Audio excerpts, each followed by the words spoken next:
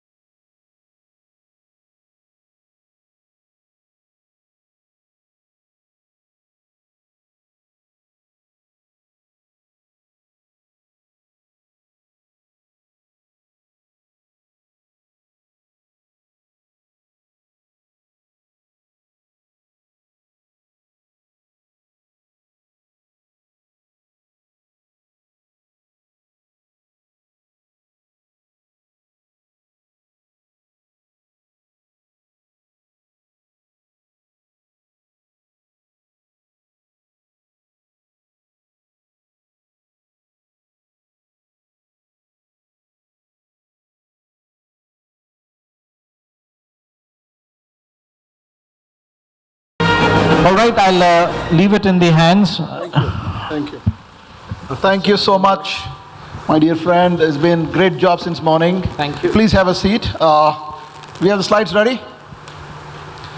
After the great performance, I have the star-studded panel. And my job is very simple.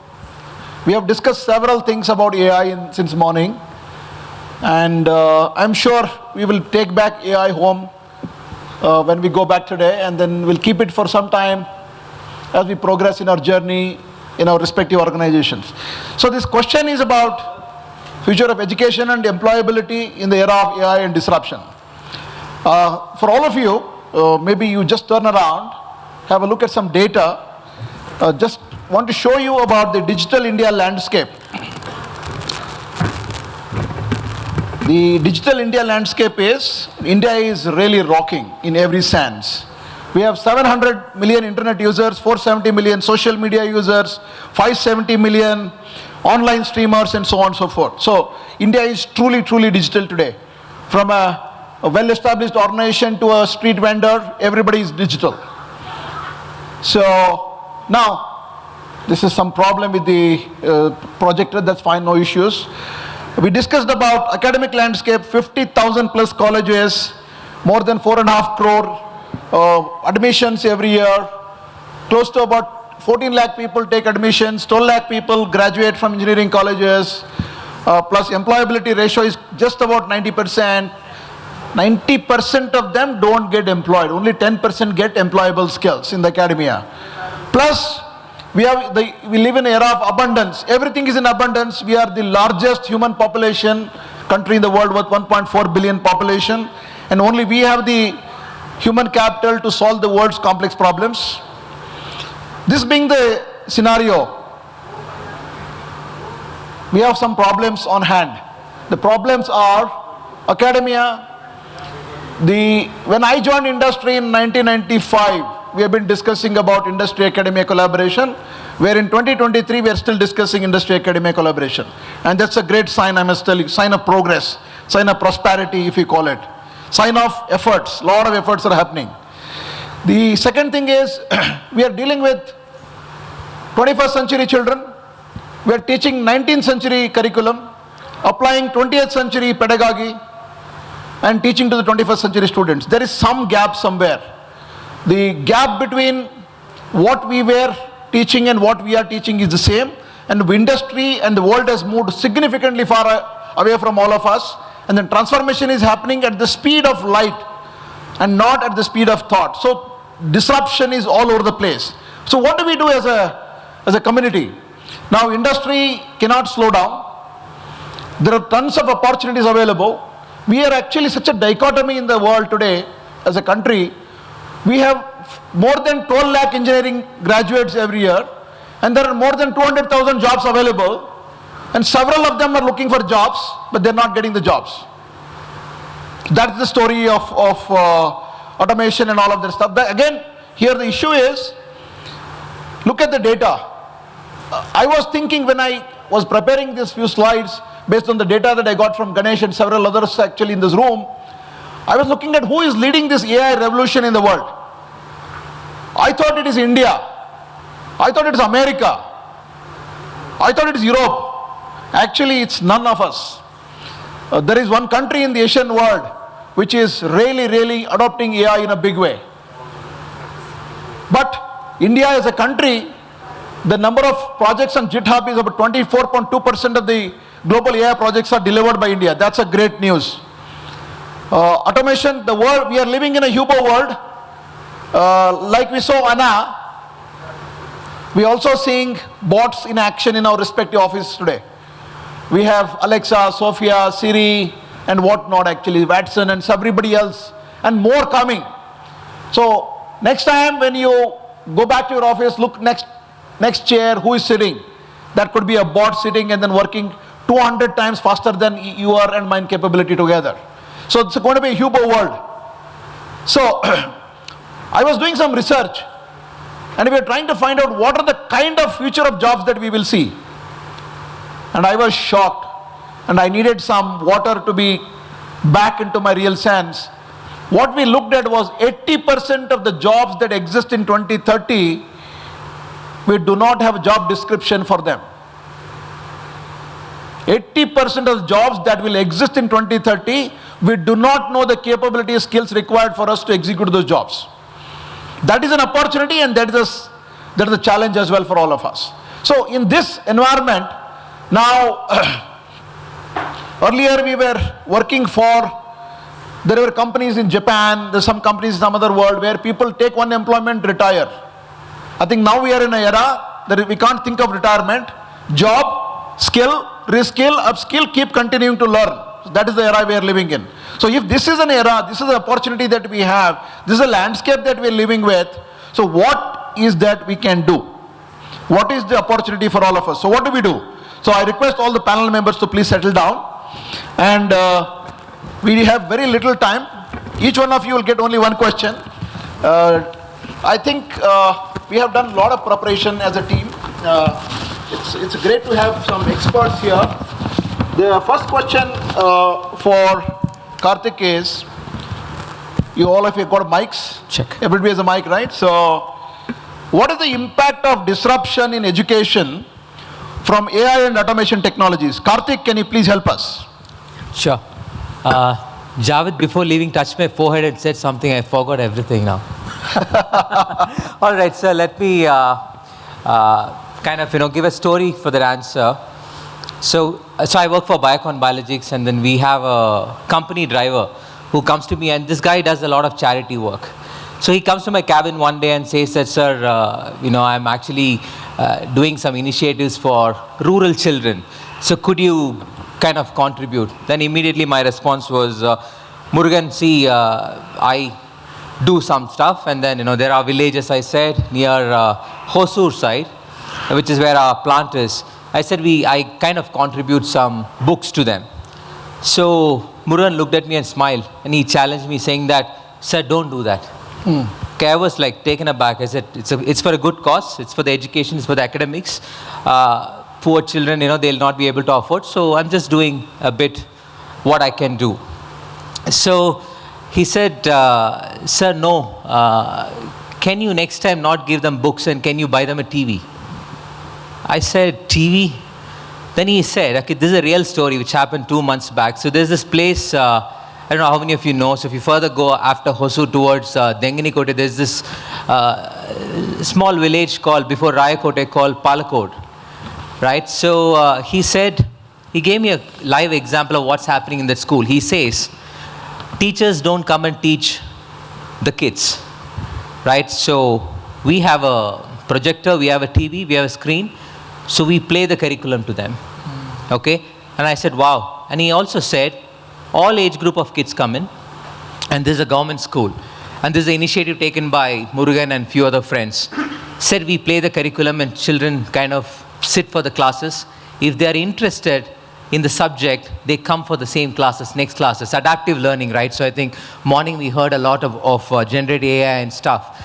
So I think gone are those days. Hello.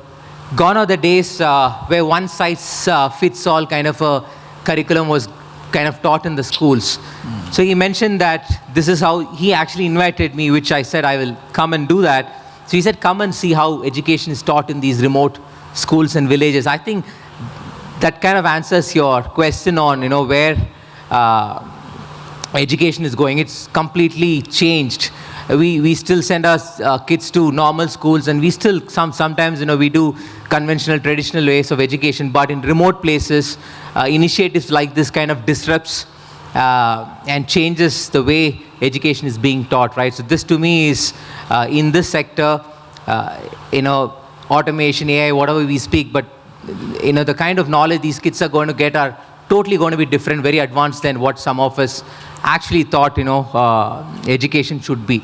Sure. So that's probably one, and I know we have time constraint, I can go on and on. If you actually see, ChatGPT touched 1 million in any guesses, like in 5 days, right? And wherein Instagram took 3.5 months, Facebook 10 months, and Netflix 3.5 years. But I think that's the power of AI in this space. So everybody is like, all of us went and tried, can you write this email, right? Many of my team members started writing better emails, after using ChatGPT. And when I see the tone of the email, I know that you didn't write this email because you're working with me for 4-5 years. I think that kind of sums up the answer. So I'll kind of keep my rest of the points for a little later. So thanks, Nanjan. Thank you, Karthik. You reminded me of my village. I come from a small village in northern Karnataka.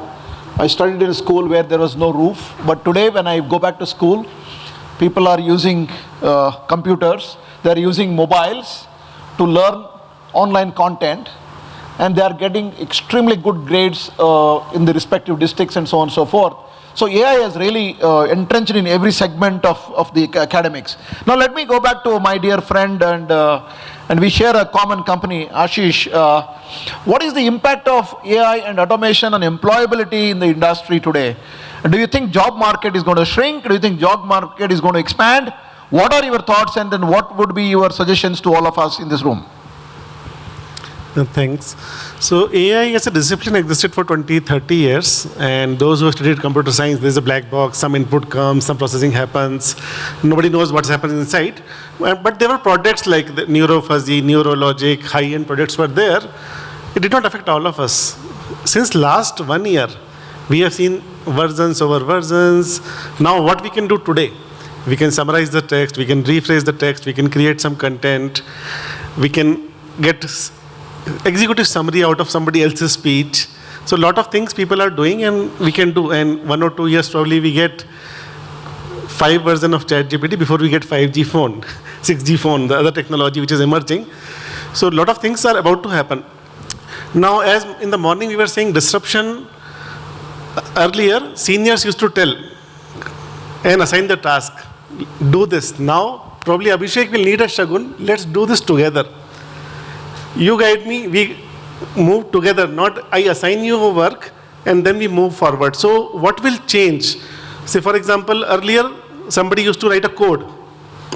I will write a code, a pair person will check the code, tester will formally see it's working. Now when you go to ChatGPT or AI, it will give you ready-made working code. So it looks like very easy thing to do assignments as a student. But in industry, I can't expose my code base to external entity and say, write the code, because customer can do on their own. They will never come to us if it is that easy.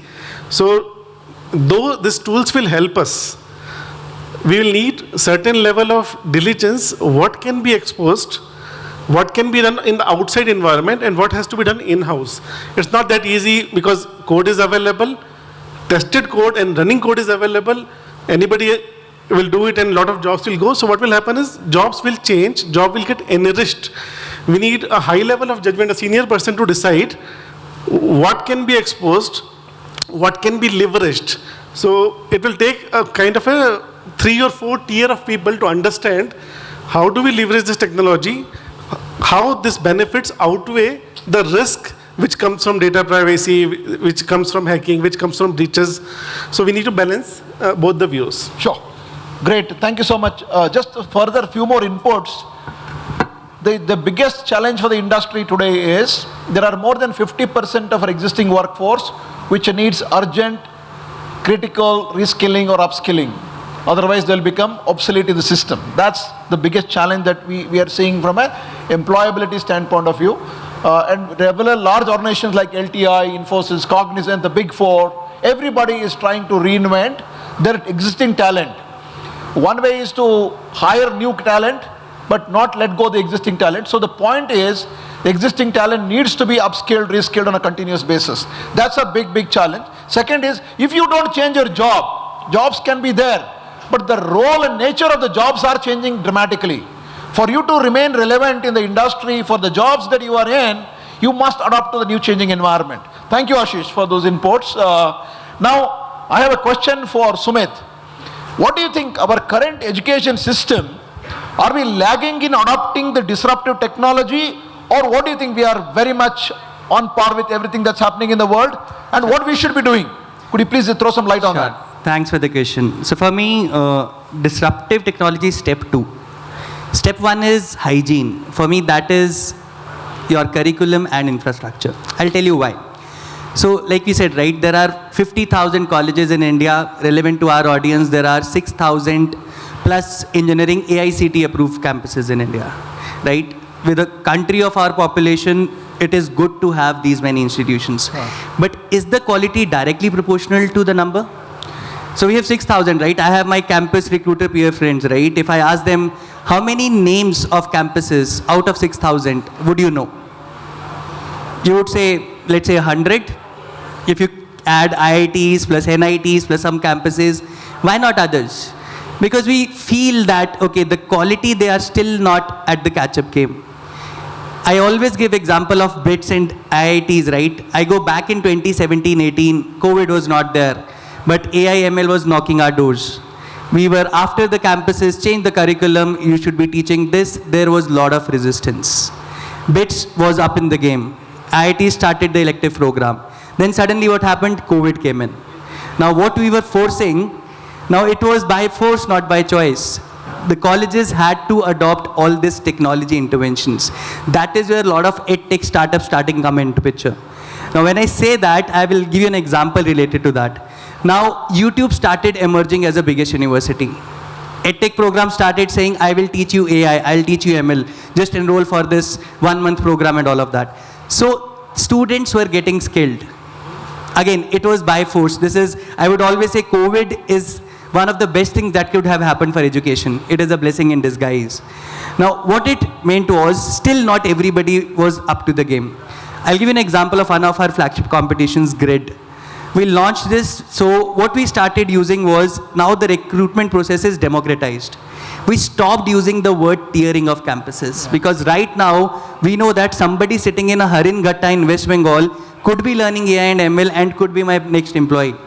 So that is when we did, and we ran that program. We had a whopping around more than 2 lakh registrations from 2,000 campuses, but still 4,000 campuses were not part of it.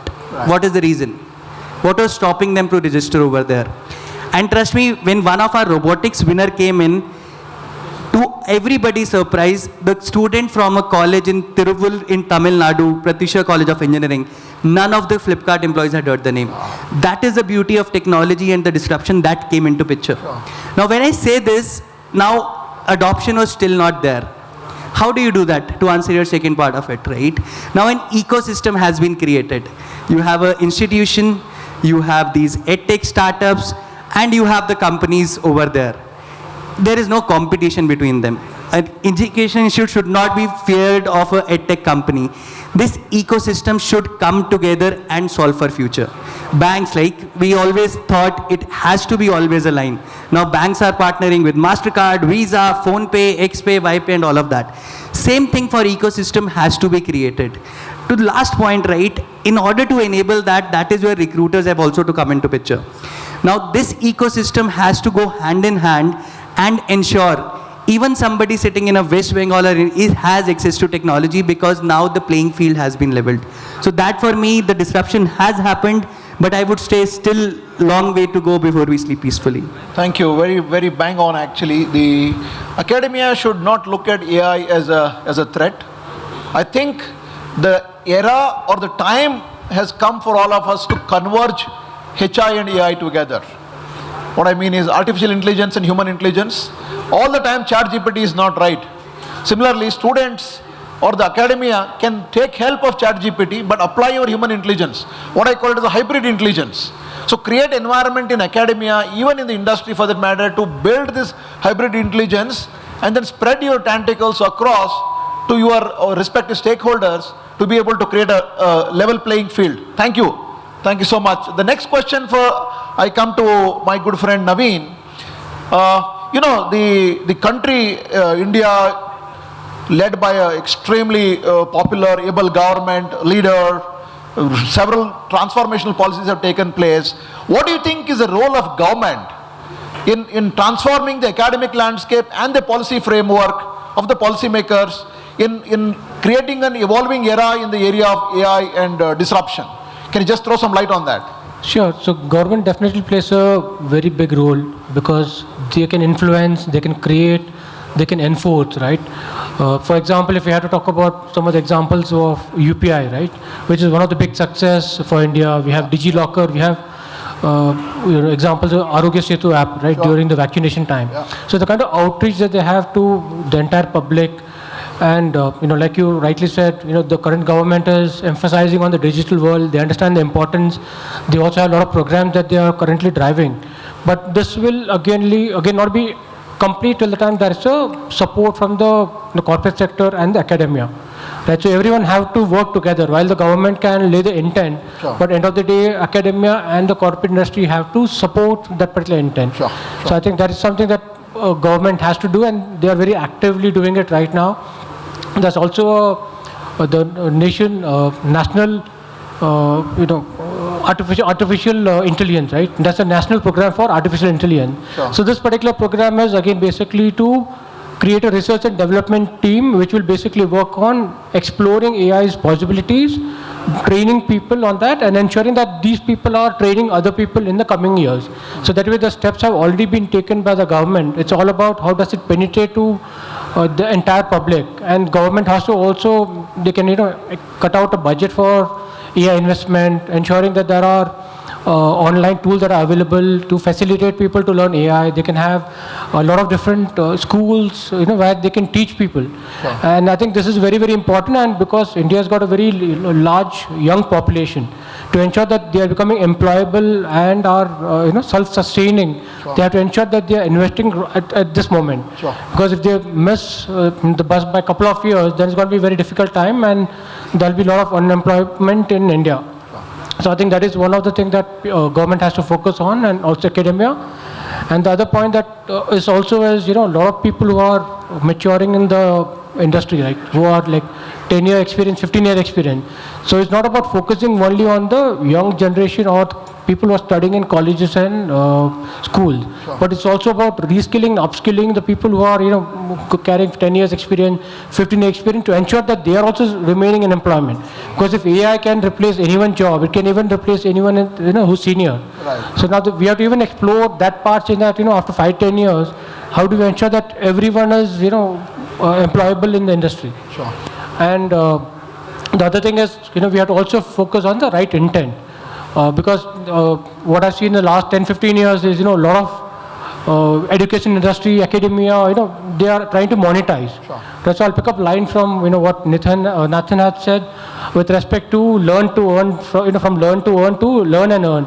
So similarly, my request would be from the, academia would be in terms of teach, not to earn, but teach and learn, teach and earn. Sure. So that way people are, doing the right intent, investing, and this is basically used to be a noble profession, right? Quite some time back. So we have to stick to that particular noble profession, ensure that we are doing the right intent, right drive, and we are looking at the future of our country, and not just looking at immediate need of, monetizing something. Sure. Thank you so much. Few data points on what government is doing on adopting the technology disruption. I'm sure all of you are aware. 1.4 billion people data is on Aadhaar. Every day, there are 85 million transactions happening on Aadhaar platform. Seamless, without any hassle. That's huge step forward from the government of India on a technology side. Second is, the government has created a huge skill mission. Several institutions, several organizations, several leaders are working on building the skill capability of the country. And the third one is, I think Rajiv Chandrasekhar and team are working on and already rolled out the data protection policy where India's data will remain in India. So there is a lot of work happening on the government side. What is required is for us to be aware of what government is doing. Well, there is one thing that we need from the government is to bring in some sort of a governance in applying and using AI, because AI can be very disruptive. It can be very pervasive and invasive as well. So we need to bring in some governance. So great point. Thank you so much, Navin. And next is, I think I'll come to my dear friend Geeta. I think she's the very special person in this panel, and she's dealing with extremely very different kind of a challenge that she's solving.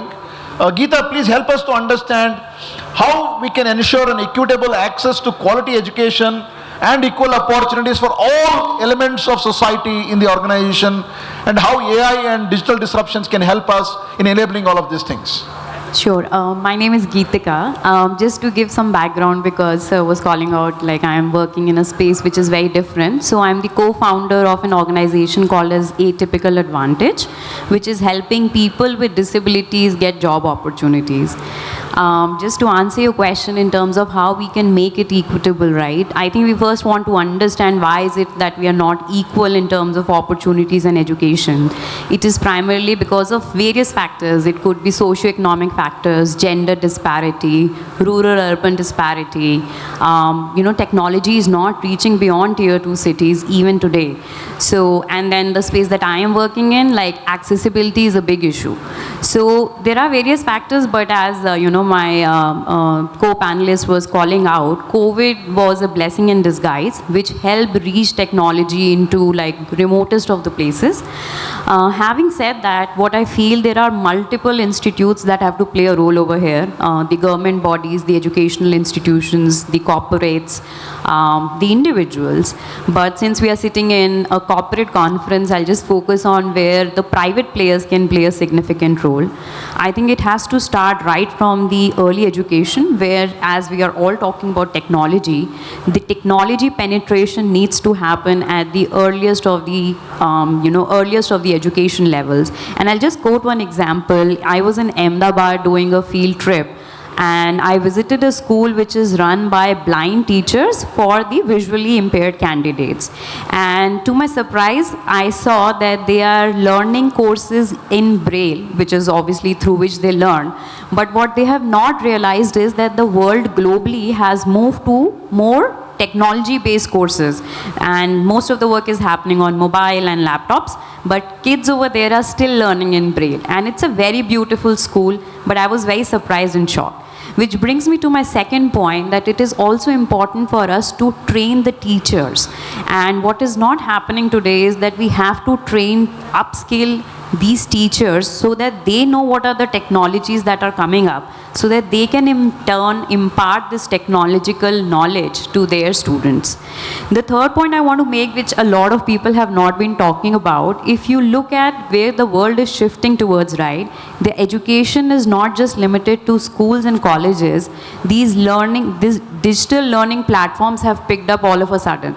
So the Coursera's and the Udemy's of the world are also teaching a lot of skills to us today.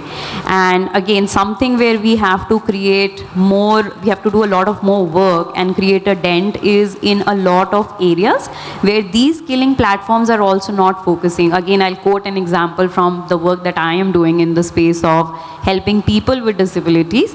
A lot of these people we are helping get them placed into factory units now. And to my surprise, there isn't even one single platform that is focusing on teaching them ITI courses, which are the need of the hour for manufacturing plants.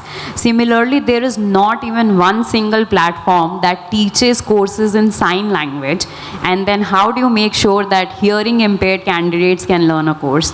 Most of these platforms are not even accessible for people with visual impairment. So I think these digital learning platforms also have a role to play in today's time. And the challenges are enough, but technologies are solving for a lot of problem. I'm looking towards a future in AI where a hearing impaired candidate, when they are making sign language, the tool will be able to pick up the sign language and convert it into human speech, so that it will not be an inhibition for a corporate to hire a person with hearing impairment.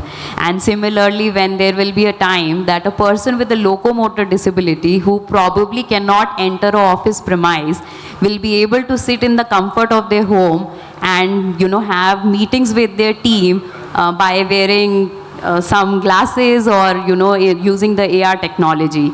So that is a future I am looking forward to through the AI and the automation space, and I'm very hopeful that will happen. Lovely, lovely.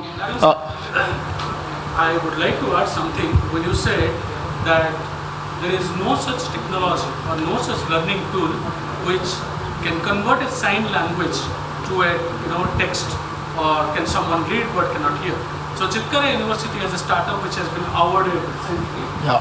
They have recently developed, the students developed, that's what Piyush girl was talking about, where they have developed where a sign language can convert all your into a text and a script which they can read it out. So that's wonderful. Yeah. Lovely, yeah. lovely. Sure. Thank you so much. Yeah. Thank you. I think we had a demo of that actually when we were there last time. Yeah, correct. See, there are two categories of people. One is people with able body and a disabled mind. And the second is there are people with disability but a very, very powerful and able mind. I think what is required is, the need of the hour is to open your doors and your hearts and minds to what I call as PWD. My ex-colleague is here. I think we were talking about doing coffee session about persons with disability in the organizations. You should create an opportunity for people to come and work and then contribute to the overall progress and success. So there are very, very bright and young minds. I was talking to Geetika. There is an organization called Samarthanam for the blind. And if next time if Chinmay calls these people, 100% blind people, they will perform like a super rock stars. And you will have no idea that they don't have a vision. So there are people with extraordinary capabilities, and disability is only in the mind, in the hearts. We must have to open our minds and hearts to be more able to embrace them and then accommodate in the organization. So thank you so much. With the paucity of time, we can go on and on this subject. This is very close to my heart. If each one of you can give one advice or one suggestion to all of us in this room, what are those practical, workable strategies and solutions for us to, both academia as well as industry, to be able to implement in our respective organization and then take it forward? Starting with Karthik. Sure. I think my request to the corporates and the institutions here, first to the corporates, right, adopt institutions, right? I think today, a lot of us are changing the way we are recruiting from colleges, right? last 2 years, we've kind of moved away from tiering colleges and going to colleges where, we get talent. I think that's the state today. When I say adopt, tie up with colleges, right? So most of us are recruiters here. We know that finding talent, the right talent is always a challenge, right? So every time you go to a recruiter, and we saw some stats on how many people India produces and what's the employability rate. We need to change the way we recruit people. Stop looking for experienced resources from outside, right? So tie up with institutions, bring them on board. Geetika mentioned about send those lecturers, professors to the corporate offices, let them see, how things are done.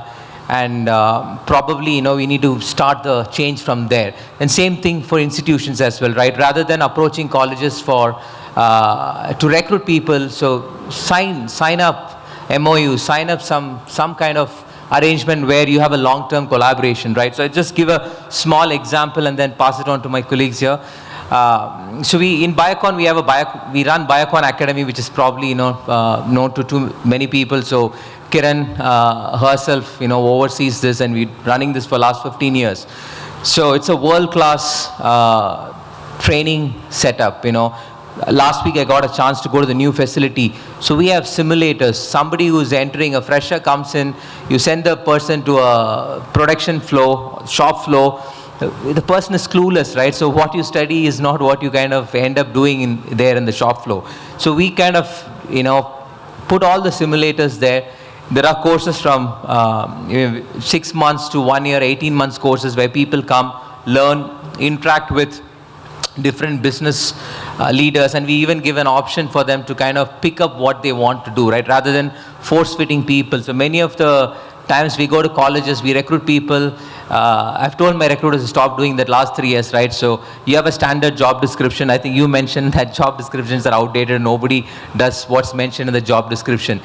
We need to give them options and not force fit them into, okay, you're recruited for this, you move into quality, production, R&D. 3-4 years, till 3-4 years back, this was the state. And I started meeting campus recruits, and these are from good institutions.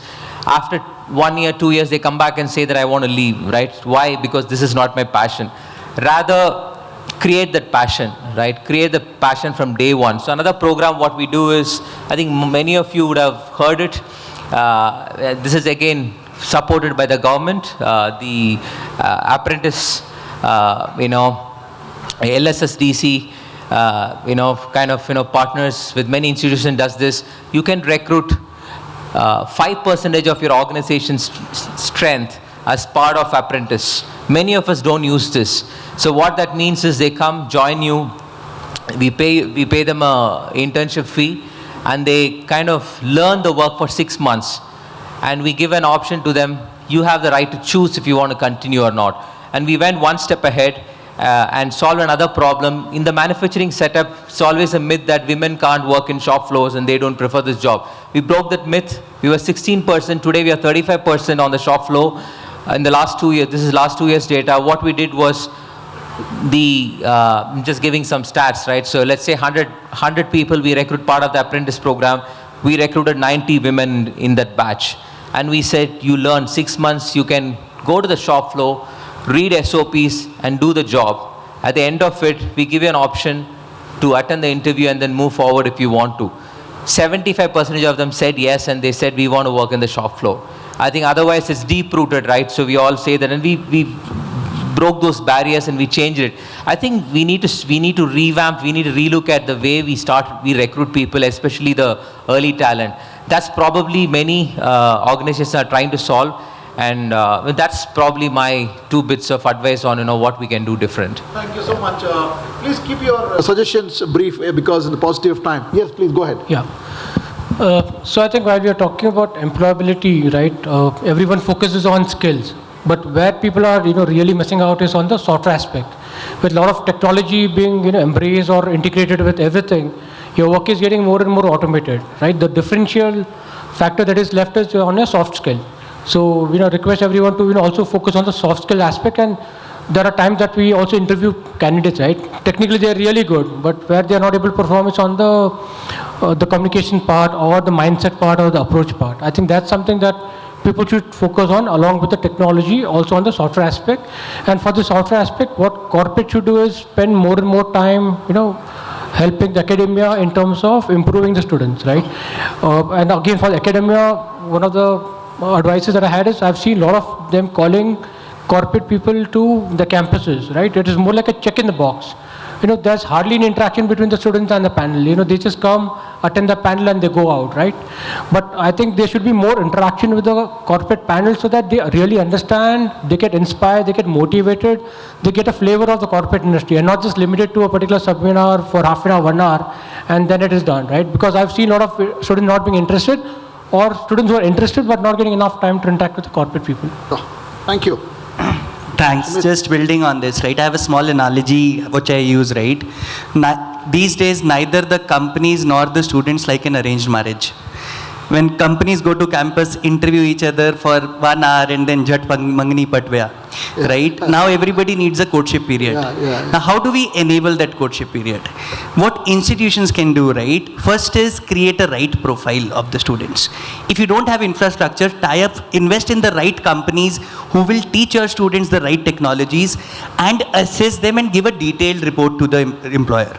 At the same time, what employers should do is open up the internship window for them. Now that is a two-way street. Institutes have to be flexible. It gives me pain when I hear all these campuses, they follow a 2-month internship model. Why not a 6-month or a 1 year or a 2-year internship where students can go anytime? I hear Chitkara does it, right? I'm bit starting doing it ages back. Chitkara is following it, right? What stops institutions from having a flexible internship model? Because that internship will give them the courtship period. You interact with each other and then you decide whether this is the right company or this is the right student. So that is where it is a two-way street, and that would be my 2 cents, sir. Thank you. Thank you. Sumit, I just one line there. I represent Chitkara. I also connect with more than 3,000 colleges to the platform. It's not under the control of the institutions until they're a state university or a private university to take such such autonomy. Policies or autonomy. It's basically the technical universities who like AICT or they are under some BPUT or some other universities. So it's not under the control of the universities or the institutions until they are a state or a private institution, they have problems. Yes. Okay. So that's a major problem. So that is where all colleges should come together, right? Because right now, if you ask me, my biggest target is to hire 6-month interns from January to June in the last semester. Because I want to train them just like the apprentice model and then give them an offer. But I see there are only 15 campuses in the India who would give me that student pool. That is where this system has to change, right? Why can bits do it and others cannot, right? So. Sure. Yes, Geetika. Yeah. I would recommend that at least the individuals and communities at their own level of where they're operating should take actions. I'll again quickly quote an example. We conducted a chat GPT and prompt engineering workshop for our community of people with disabilities. It is unheard of that someone conducted a course for them, because we want to make sure that these people are up to date with technology. So that is on the individuals and community level. In the corporate side, I would say that it is not the time to sit and assume that your employees are going to skill themselves up. That is a myth that a lot of corporates believe, that the employees should reskill or upskill. Instead, you should create boot camps, reskilling programs for your own employees, and latest technology should be adopted so that people in your organization are upskilled and then you can absorb them into various new technological roles. So that is a recommendation I would make to the organizations. Thank you. Thank you. Thank you. Chaddha Saab. Mine is for personal use, so it's about risk planning. All of us are using devices with data. Probably if you go to your home, you will find almost 10, 12 devices with your own data. And composite information stored in those data is sufficient enough to do a lot of things. So it's a saying, God is seeing everything, but hundreds of cyber criminals are waiting for you to make mistakes. So your name is there, your date of birth, you're in custody of date of birth of your friends, bank account details of your family members. So be mindful of what you're dealing with and how you can keep it safe. Once you give it, you can't get it back. It's always there forever for them to use. So be mindful what you're keeping it, how you're storing it. information which gets combined, your PIN code, your phone number, you are away, somebody calls you, there's a parcel, you say give it to security, you say give me the OTP, your bank account is gone. Yeah. So be mindful in the era of AI, cyber criminals are using hybrid intelligence. Oh, lovely, lovely. Thank you so much, lovely star-studded panel. If I were to summarize what they said, for industry, please upskill, reskill, make people continuously learn. For academia, open your arms, embrace technology that's coming in your way, and don't feel threatened by that. Open up internship programs. Now, I think I would say one more step further, allow this faculty to have an internship in industry, so that they get a blend of what they teach and then what their students do in the industry, so that will help. Don't teach students, make them learn. That will be the best way of making everybody skilled and employable. Thank you, dear panel members, all the audience. You've been very patient since morning. Thank you, the host, organizers, for this great event. Thank you, everybody. Thank you so much. To stay informed about the startup ecosystem, subscribe to My Startup TV.